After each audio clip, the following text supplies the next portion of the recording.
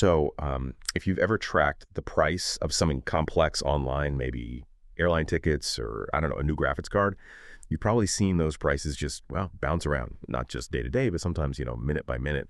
Feels a bit wild, almost chaotic, right? Like the market's alive. Yeah. That fluctuation, it's actually incredibly precise. It's the controlled reality of how commerce works now. Today, we're doing a deep dive into dynamic pricing. That's the sophisticated process where AI adjusts prices instantly, right in real time, based on what's happening right now in the market. Highly specific stuff. And look, this isn't your old school seasonal sale approach. No, this is moment-to-moment changes, all driven by machine intelligence.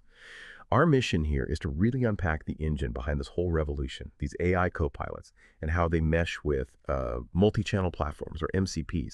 We want to show you how this setup gives businesses a kind of shortcut to really smart, really fast pricing decisions. And honestly, if you want to stay competitive today and actually maximize your revenue, you have to understand how this works. It's basically becoming non-negotiable. Yeah, that's exactly right. And what's really fascinating, I think, is that dynamic pricing isn't just some fancy option anymore. It's quickly becoming the standard, like the expected way of doing things. The research is pretty clear this kind of system offers, well, adaptability and profitability. Traditional static pricing, it just can't keep up. It really can't. It's fundamentally changing how we even think about value in retail. Okay, so let's unpack that architecture then. If dynamic pricing is the goal, the AI copilot is like the high-performance engine, and the MCP is the transmission system putting the power down. How do these pieces actually fit together and work? Okay, yeah, good analogy. The AI copilot, think of it as this incredibly fast economic translator. Its whole job is to just ingest billions of data points, make sense of them all, turn them into insights, and then, crucially, push out pricing decisions. But, and this is key, it can only do that effectively because it's plugged right into that multi-channel platform in the MCP. Right, MCPs, we've mentioned them a couple of times. Maybe for someone listening, what exactly is that platform doing? Why is that integration so critical? So, MCPs are basically the central nervous system for modern retail operations. They handle inventory, order fulfillment, sales, but across everywhere a business sells. We're talking the physical stores, point of sale system, the company website, maybe Amazon, eBay, even selling through social media, all of it. The Copilot integrates tightly with that MCP. And that lets it push out different prices to all those different channels, potentially at the same time. I mean, think about that logistical challenge. Managing price consistency, inventory levels across maybe 10 different platforms at once. Humans just can't do that at the speed the market demands now. Okay, so the MCP is handling the doing part, changing the price tag everywhere. But where's the Copilot getting the raw intelligence, the data to make the decision in the first place? That must be a constant flood of information. Oh, it is. It's relentless. Yeah. It's pulling intelligence from this really complex, real-time data ecosystem. You can think of it as like three main pipelines. First, you've got your standard market feeds, things like macroeconomic indicators, commodity prices, general, supply chain health updates, that kind of thing. Second, and this is becoming super important, especially for physical stores, IoT sensors, Internet of Things sensors. Okay. These give you incredibly granular, immediate data, like foot traffic counters in a store, maybe sensors on shelves, checking stock levels, or even how long a product's been sitting on a particular display. Wow. And the third piece, that connects everything to the outside world, I guess. Exactly. API gateways. Yeah. Application programming interfaces. These are like secure tunnels for high-speed structured data exchange with other companies, other platforms. This is absolutely vital for pulling in real-time competitive pricing. What are they charging right now? And getting insights from online platforms, too. Data you just couldn't scrape manually, not reliably anyway. That is a staggering amount of information moving all at once. So the AI isn't just looking at what the competition did yesterday. It's watching everything right now. Absolutely. And the immediate point of all this analysis, speed. And maybe more importantly, competitive exploitation. It has to react fast. Fast to changes in demand, inventory shifts, what competitors are doing moment to moment. It's not just about reacting, though. It's about strategically capitalizing. Can you give an example of that? Capitalizing. Sure. Let's say a major competitor's website goes down temporarily, or they suddenly run out of stock of a key item. The AI could instantly say, adjust your inventory display to make your product seem scarcer, maybe nudge the price up slightly, or it could trigger a tiny flash sale to grab customers while the competitor's offline. It exploits that gap before they can recover. That kind of instantaneous agility, that's where a lot of the extra profit comes from. Okay, so the Copilot is this incredibly fast reaction machine. That brings up the next big question, right? Yeah. How does the AI actually learn what the best move is? It can't just be following simple rules, surely. The market's way too complex. I know, exactly. That's where the really sophisticated learning algorithms kick in, specifically something called reinforcement learning. That's the mechanism, the process that lets the system constantly get better at making decisions over time. Reinforcement learning. Okay, so maybe beyond just trial and error, what does that actually look like here? Can you give us a kind of analogy? Okay. Think of it like the AI is training itself almost like a chess grandmaster learning the game, or maybe a top-level poker player. It makes a move, it sets a price, then it watches what happens. Did that move help maximize profit over, say, the next week or month, not just the next hour?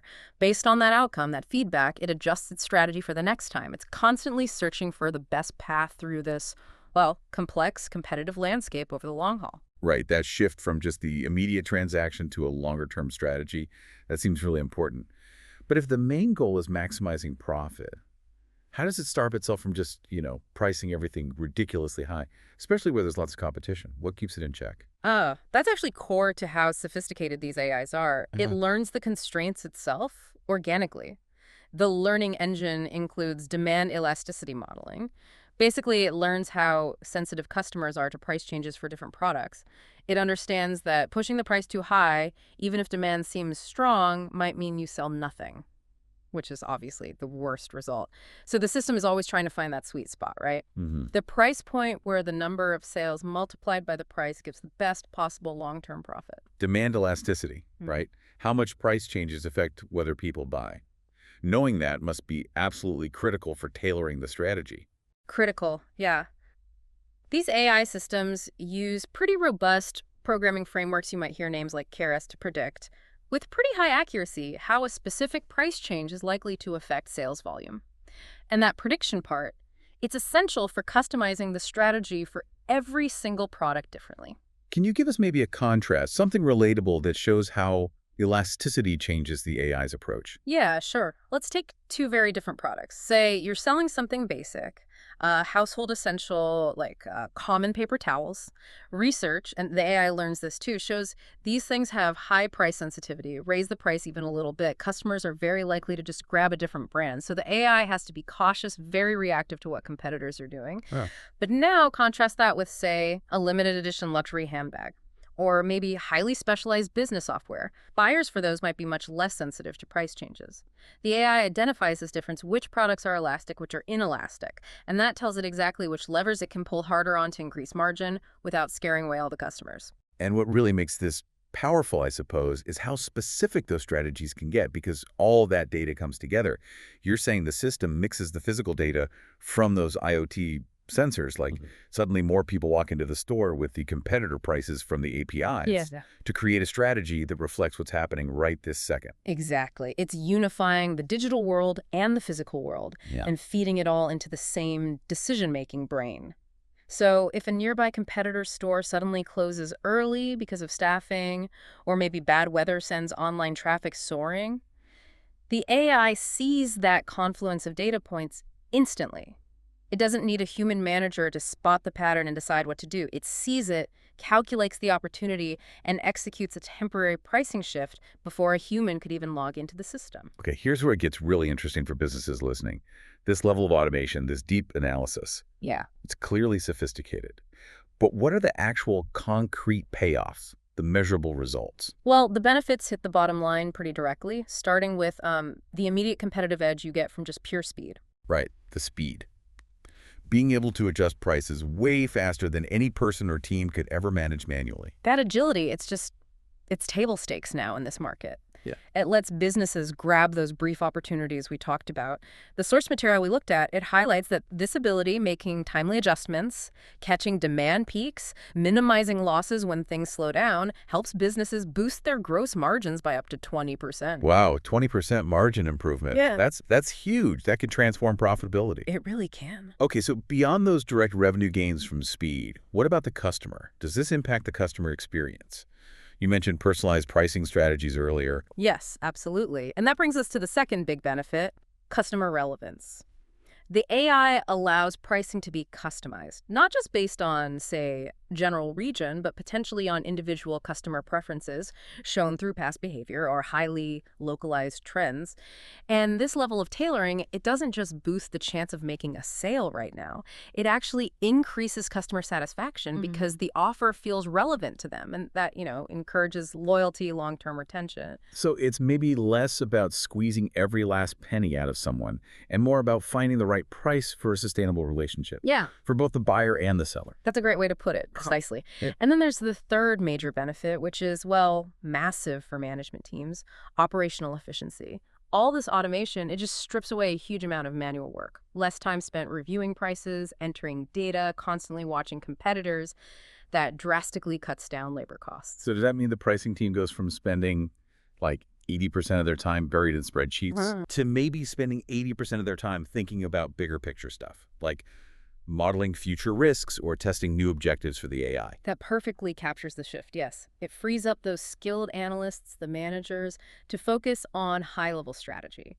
Things like complex inventory planning, thinking about entering new markets, global expansion, while the AI handles the incredibly complex, non-stop calculations of the daily pricing battles across every channel. That makes a lot of sense. It really synthesizes the impact. So if we look at the hard numbers again, the results, what do the reports show for businesses that have really embraced this? Yeah, the data we have is pretty unambiguous. Key reports from 2025 indicate that retailers who've fully adopted and integrated these AI-driven dynamic pricing systems, they've seen verified revenue increases of up to 15%. 15% top-line growth. 15%. That's really the financial proof point.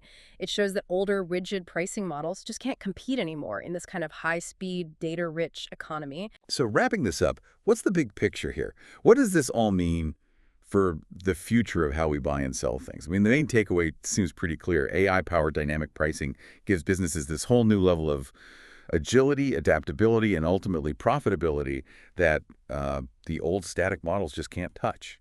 It's not just changing the competitive landscape, it kind of is the new competitive landscape, isn't it? Absolutely. And looking ahead, this is only going to get more precise, more effective, definitely. As we see deeper integration of those IoT networks, more sophisticated APIs, the AI is just going to get fed richer, more granular, more predictive data. That just means the systems will get smarter, faster, even more responsive to really subtle shifts in the market.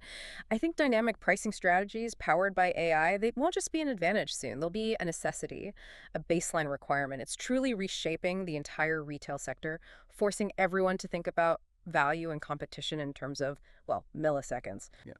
And that leaves us with maybe one final thought for you, the listener, to chew on. When the price you see for something isn't just about inventory, but it potentially reflects your personal shopping history, or maybe even the real-time foot traffic count outside the physical store you happen to be near, what kind of new market dynamics does that create for us as consumers? That level of personalized real-time reflection raises some entirely new social and economic questions, doesn't it? Questions we probably all need to start thinking about.